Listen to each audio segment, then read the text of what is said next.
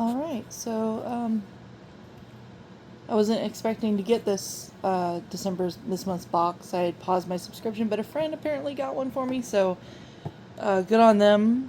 Um, Appreciate it. So let's do an unboxing. Okay. So the theme for December is a taste of history. Once upon a time, no one could have ever imagined a box quite like this one. So this is gonna be fun. All right, let's see what we got here.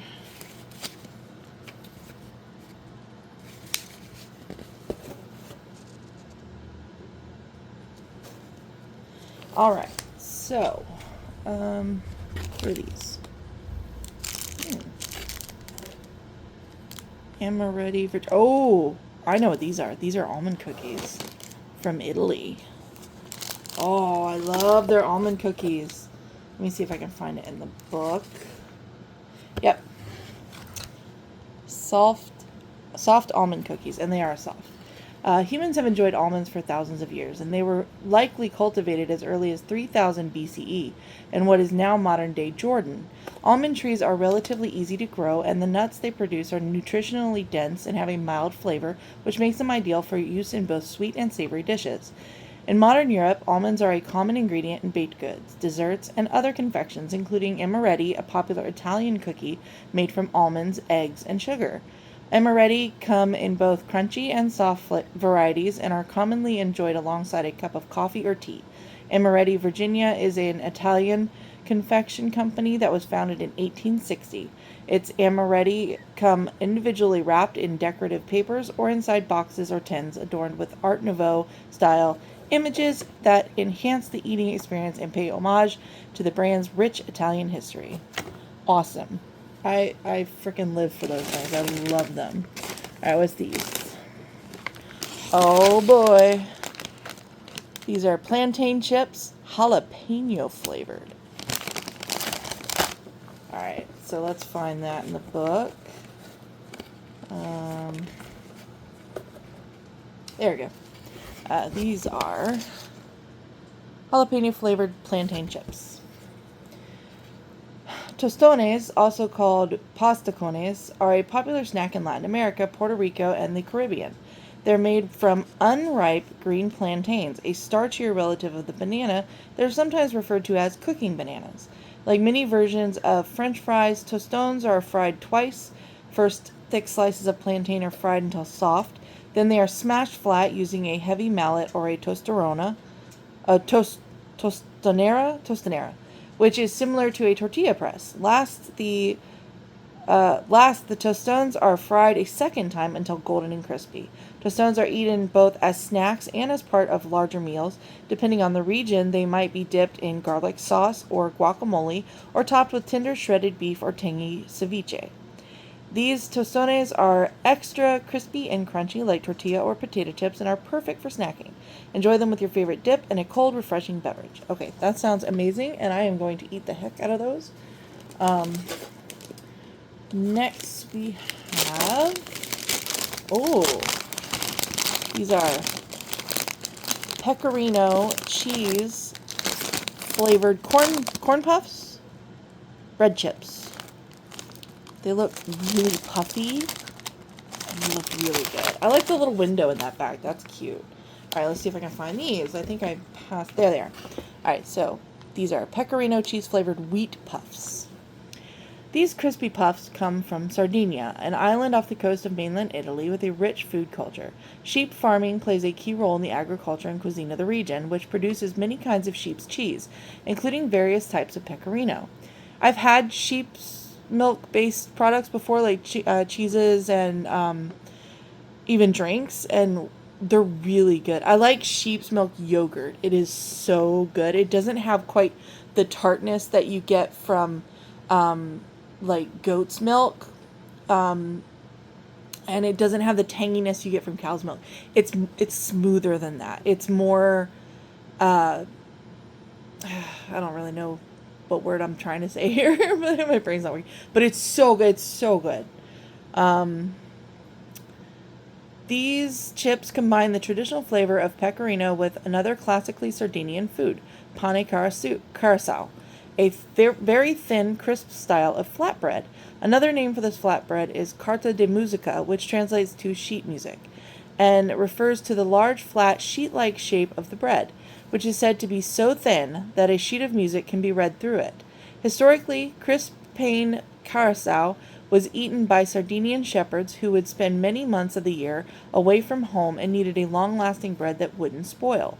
The bread was traditionally eaten with pecorino cheese, and so these pecorino-flavored snacks are inspired by that uniquely Sardinian combination. That sounds really good. I'm very eager to try that. All right, let's see. What's this? Do they hate me?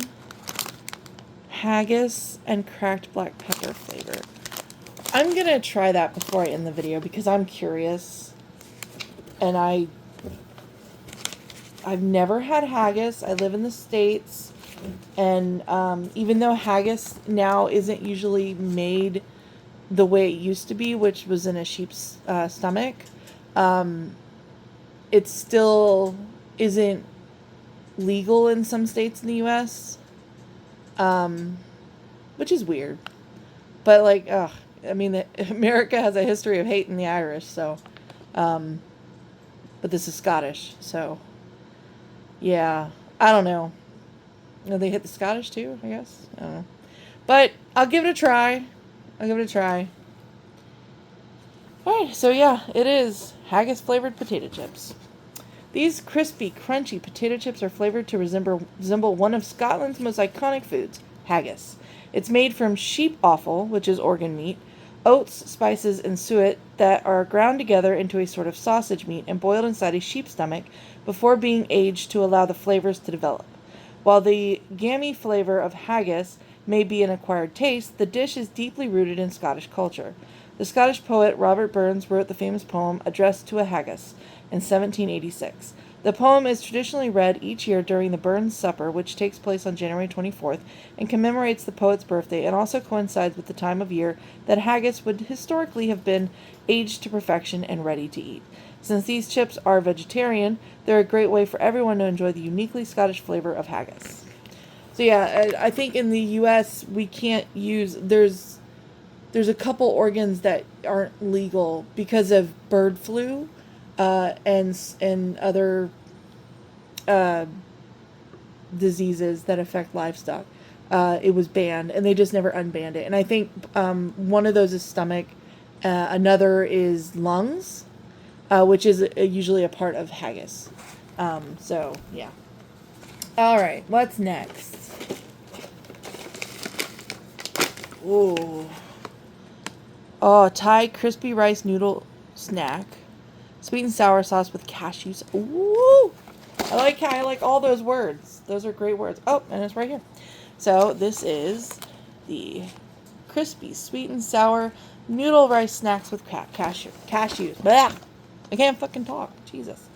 Alright, this crispy rice noodle snack mimics one of Thailand's most beloved dishes, mee krab, literally crisp noodles.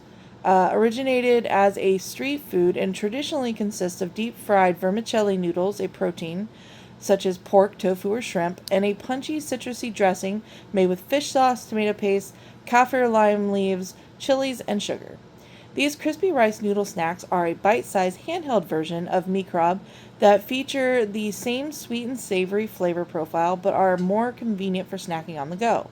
Mee krab was originally sold in market stalls by street vendors, making it an easy, accessible food for passersby. This snackable version isn't a far cry from the original. Okay, I'm gonna love the heck out of these. Everything's falling out. Alright, what do we got here? This looks really yummy. Whatever it is. Ooh, what is that? I don't recognize the kanji. Korea, maybe? Let's see. Where is that in the book? Okay, it's not that one. Or that one. Or that one. There it is.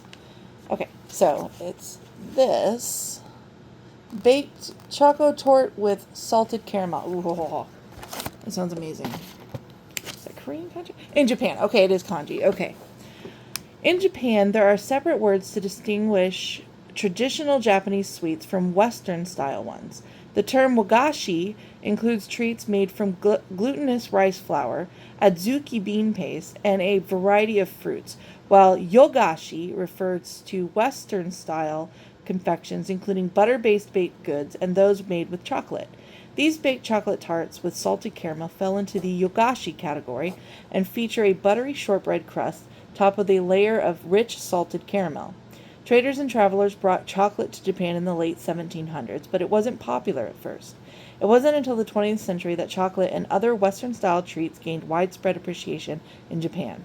It was during this time that the country opened to international exchange after a long period of national isolationism, and Western treats quickly grew in popularity. Today, Japan enjoys a rich dessert culture influenced by both traditional and global flavors. And boy, I tell you, uh, this is true of most Asian countries, but I would say Japan has my favorite, like, of them all, which is saying something because they are all amazing. But Japan has this way of taking ingredients from other cultures, other countries, and doing things with them that are better than other countries have been able to do. And it's amazing. It's absolutely incredible to see what they come up with.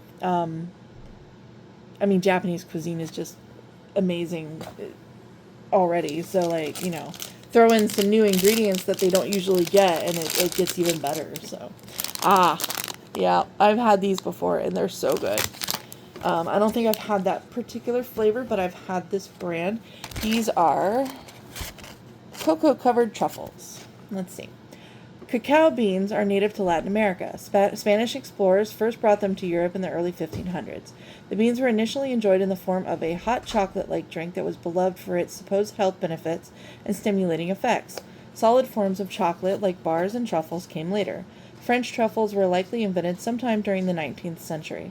They are made from chocolate ganache, a mix of melted chocolate and heavy cream that sets to a smooth, silky texture. It's softer than pure chocolate, but firm enough to hold its shape. No one is exactly sure how and when French truffles came to be, but we do know how they got their name. Their small shape and brown color mean that the chocolate confections closely resemble the highly coveted fungi known as truffles, the most expensive fungi in the world. So, they're delicious, so. Alright. Mr. Ito. Oh, these are like cream cookies? So let's find out about these. I just saw them on the third page. No, fourth page? Yes, there we go. These are pretzel cookies with vanilla cream filling. Another out of Japan. This is awesome. The Mr. Ito pretzel sand features two thin cookies sandwiching a smooth vanilla cream center. The cookies are meant to mimic the flavor and texture of pretzels. They're extra crispy and a bit salty, which contrasts perfectly with the sweet, creamy filling. The corporation behind Mr. Ito Products was the first Japanese company to produce pretzels, which are now a popular snack throughout the country. Japanese-style pretzels are similar to American-style crunchy pretzel sticks, but not quite as crispy. Pretzels originally came from Germany and date back at least 400 years, possibly to the Middle Ages. They arrived in the U.S. in the late 1700s with German immigrants who settled in Pennsylvania. Since then, both the traditional soft and more modern crunchy snack-sized pretzels have become a popular snack across America and the world. Pretzels are, hands down, one of my absolute favorite snacks. And I like them in any capacity. I like pretzel bread. I like pretzel, the crisp, like, sticks or the traditional shape little pretzels. I love a soft pretzel. A nice big soft pretzel. It's hot, fresh from the oven with some mustard. It's so good. Okay, so good. All right, let's go ahead and get the beverage. Dandelion and burdock. Interesting. I have not had a good experience with floral-based drinks, but we'll see how we do with this. Dandelion, and burdock flavored soda. Benjamin Shaw founded his beverage company in 1871 in the north of England. His first product was spring water that he sold to local temperance hotels, establishments that didn't serve alcohol. Shaw was a strong believer in temperance, or abstinence from alcohol, but he was a fun guy, and went on to produce a number of non-alcoholic beverages, including root beer, ginger beer, and non-alcoholic porter-style beer. This soft drink features the flavors of dandelion and burdock. It has a sweet, earthy taste similar to American-style root beer or sarsaparilla. Dandelion and burdock drinks can be traced to the Middle Ages, when the roots and the two plants were brewed and fermented along with honey, though these early versions of the drink were mildly alcoholic. Today, Ben Shaw's makes 5 distinct beverages: root beer, cloudy lemonade, bitter shandy, cream soda, and of course, dandelion and burdock. Well, I couldn't have got the cream soda one? Okay, it's fine. Oh, Jacopa. I got these in the last box. Not this flavor, though. Darn it, I couldn't have got the cinnamon one again. This is pine flavored. I have not had good luck with plant, like pine flavored stuff, so we'll give it a shot. Pine-flavored hard candies. These Belgian candies boast the fresh and earthy flavor of pine. While they may seem a surprising flavor to modern-day palates, the taste of pine and other evergreen trees has long been enjoyed in the form of resin, which is similar to tree sap, but much stickier. Resin is collected from the outside of trees, while sap is extracted from within. Dried hardened resin can be ground into a fine powder used as a flavoring ingredient and stabilizing agent in many foods. In Greece, mastic, which is resin collected from mastic trees, is enjoyed as a type of chewing gum. Indigenous peoples in North America have traditionally enjoyed other evergreen products such as spruce tips and cedar. So even if these candies seem a bit unusual at first, people all over the world have enjoyed pine and other tree resins for thousands of years. I know. And I got a pine soda from I want to say the Philippines, but it might have been Thailand. I'm not sure. One of the boxes had a pine flavored drink, and I wanted to like it, but it tasted like drinking a Christmas tree, and it wasn't for me. But yeah, and I always feel bad, like I'm insulting somebody's culture if I don't like, something from them. But that's not it. I promise. All right. So next we have these. Oh, not cream? I don't think that's how you pronounce that. All right. Mud cake flavored Choco Balls. Okay. Well, you had me at mud cake. Mud cake flavored Choco Balls. Printzels was founded in the Swedish city of Jolby. Oh, God, I'm butchering this language. I'm so sorry. In the early 1920s, their first products were honey capsules marketed as a health food, but they failed to gain popularity among consumers. The company then pivoted to selling a sweet hazelnut paste, much like Nutella, which they called Not Cream, meaning nut cream, and promoted... I'm sorry. I'm an adult, I swear. And promoted as a spread for bread. Although not initially popular, Not Cream eventually became a beloved treat, maintaining its popularity to this day. In keeping with Printzell's history of learning from failure and adapting, the company launched their latest product in 2021, truffles. These truffles offer fresh takes on Swedish classics, including the Delicatoball chocolate mud cake flavor. This no-bake dessert, loved by children in Sweden, is made with oats, sugar, butter, chocolate, coconut, and coffee.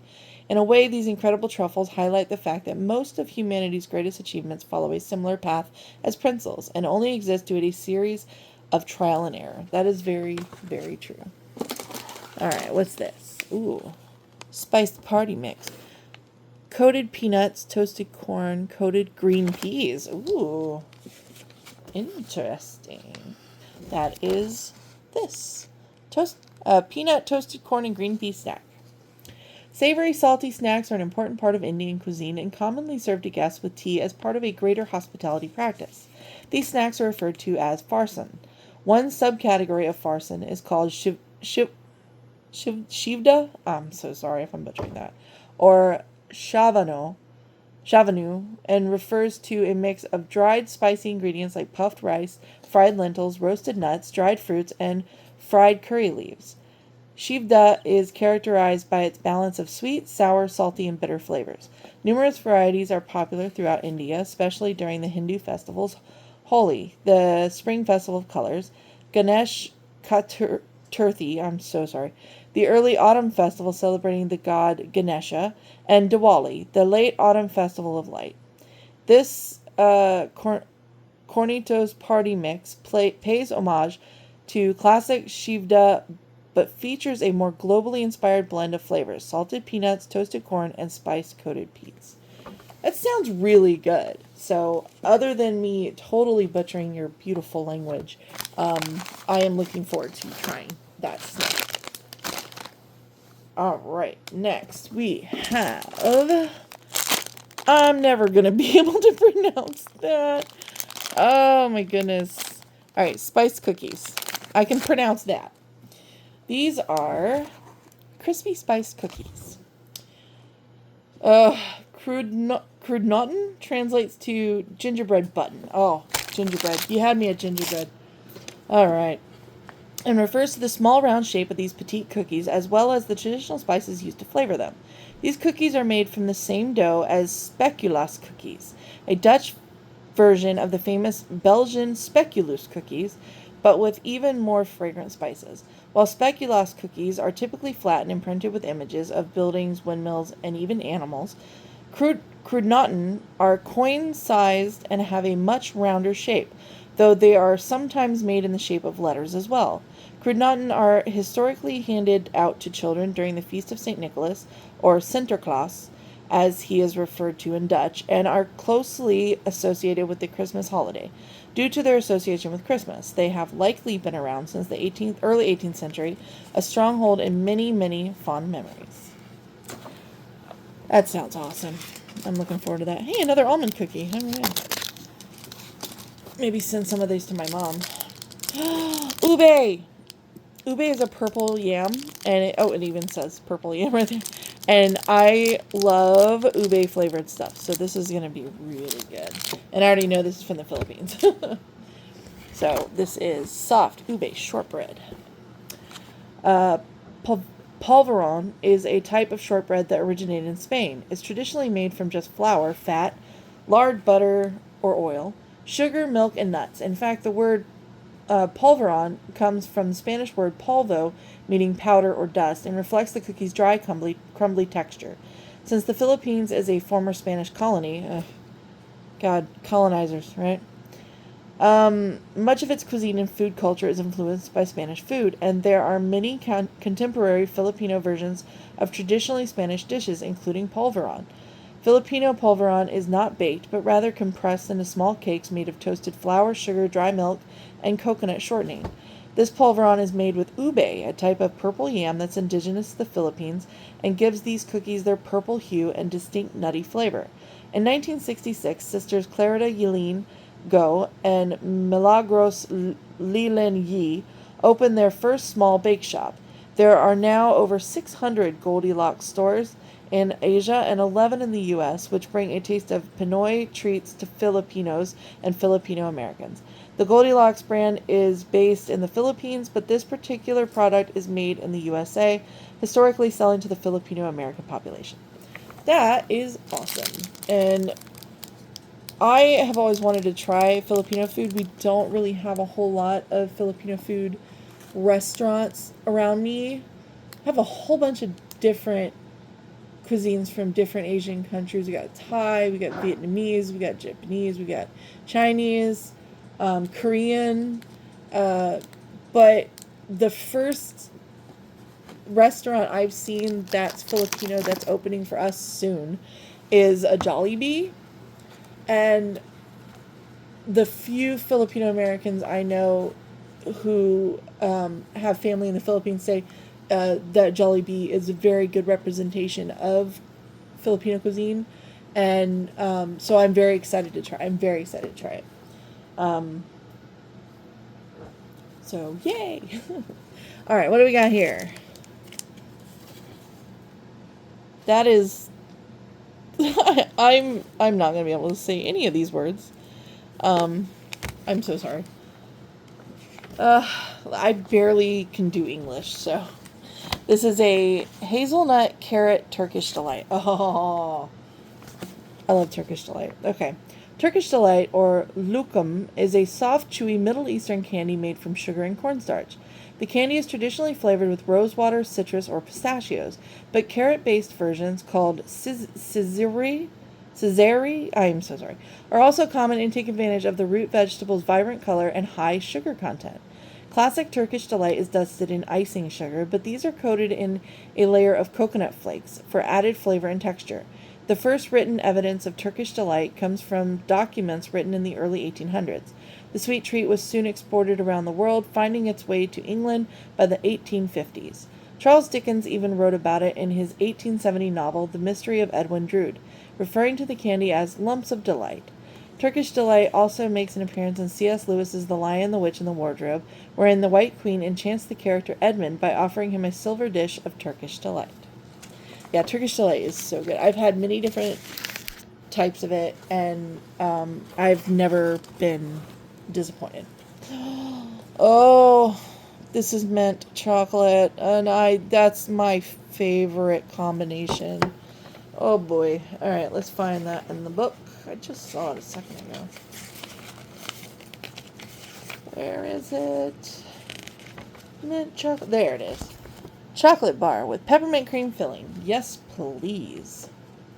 Halloren is a chocolate and confection company founded in the German city of Halle in 1804 by gingerbread baker August Mill. I hope I said that right. Halle was an early site of salt production dating back to the Bronze Age, about 5,000 years. Halloren was the term used to describe workers in the salt industry. Halloren is the oldest chocolate company in Germany, and its most popular product pays tribute to the traditional uniforms worn by the salt workers.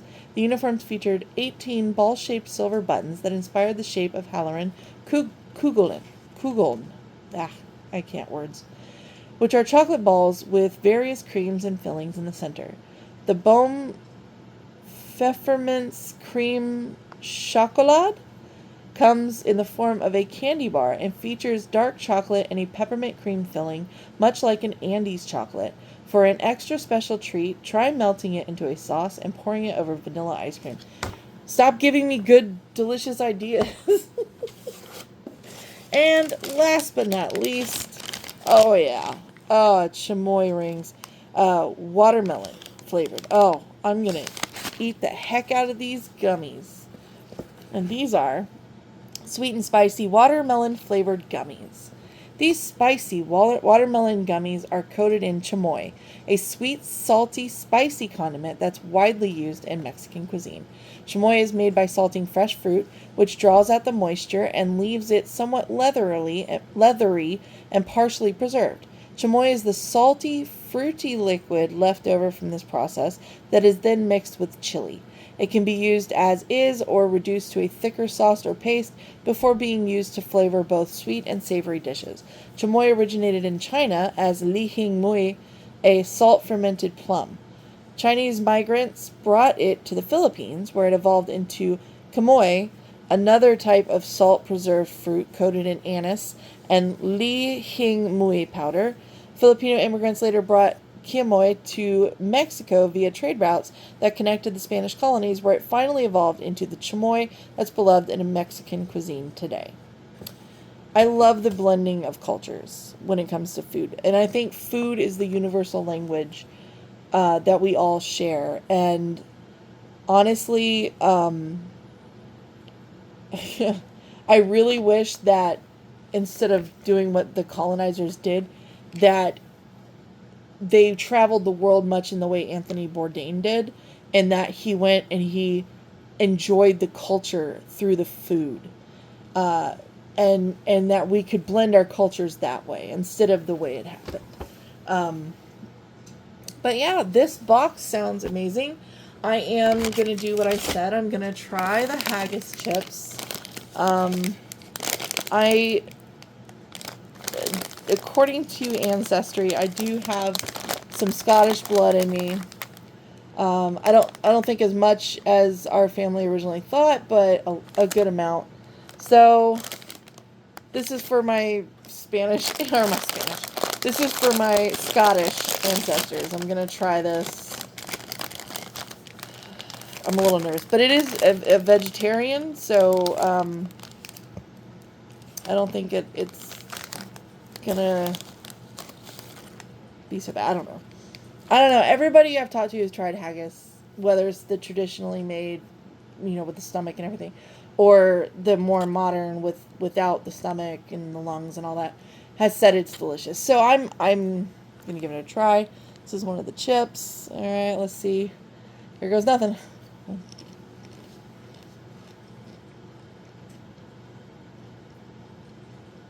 It's a good crunch on that chip. It's very soft though, which I actually like. Okay, this isn't bad. Does it taste like actual haggis? I have no idea. I have no idea because I've never tried haggis.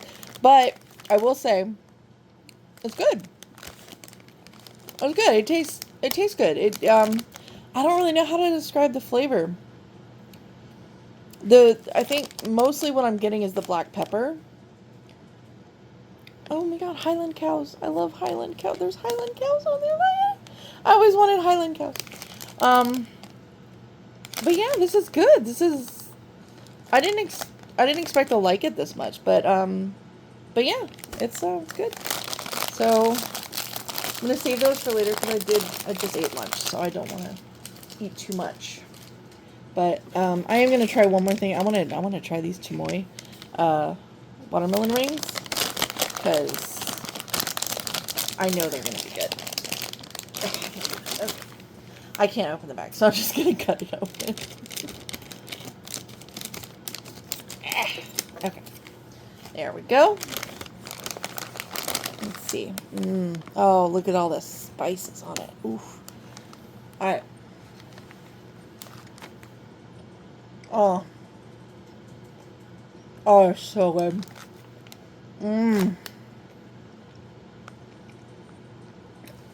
You get the sweet, you get the salty, you get the heat. But it's not like a terrible heat. It hits you in the back of the throat, but it's not like overwhelming. I like the gummy consistency. It's a little chewier than some American ones, which I like. Yeah, that is really good. Really, really good. Yeah, wow. I can't even describe it beyond just really good. It's a good heat though. Really good heat. So yeah. All right, well that was a taste of history. I hope you enjoyed the video. If you do like the video, I'd say subscribe, but I'm not really consistent in posting. I might be more consistent next year. I think I might challenge myself to do, like, step outside of my comfort zone and do some stuff, but I don't know. We'll see. In the meantime, thanks for watching, Mom. I might send you some of these snacks when I send your Christmas presents to you and the cats. So definitely going to send you a couple of these almond cookies because you're going to love them. But yeah, so thanks for watching, and I hope you all have a great holiday, whichever holiday you celebrate. For me, it's winter solstice or Yule, which starts December 21st and ends on January 2nd. I also kind of celebrate Christmas, I guess. I grew up celebrating Christmas, so. But since Christmas got actually all of its ways of celebrating from the past pagan celebrations, that it's very easy to celebrate my religious holiday and have it look like Christmas. So, but anyways, I think that culture is a beautiful thing, should be shared, and food is probably the best way to do that, to blend cultures and show love and gratitude and affection for others. And doing these unboxings has been a great joy of mine, and I hope to do many more in the future. So thank you and happy holidays.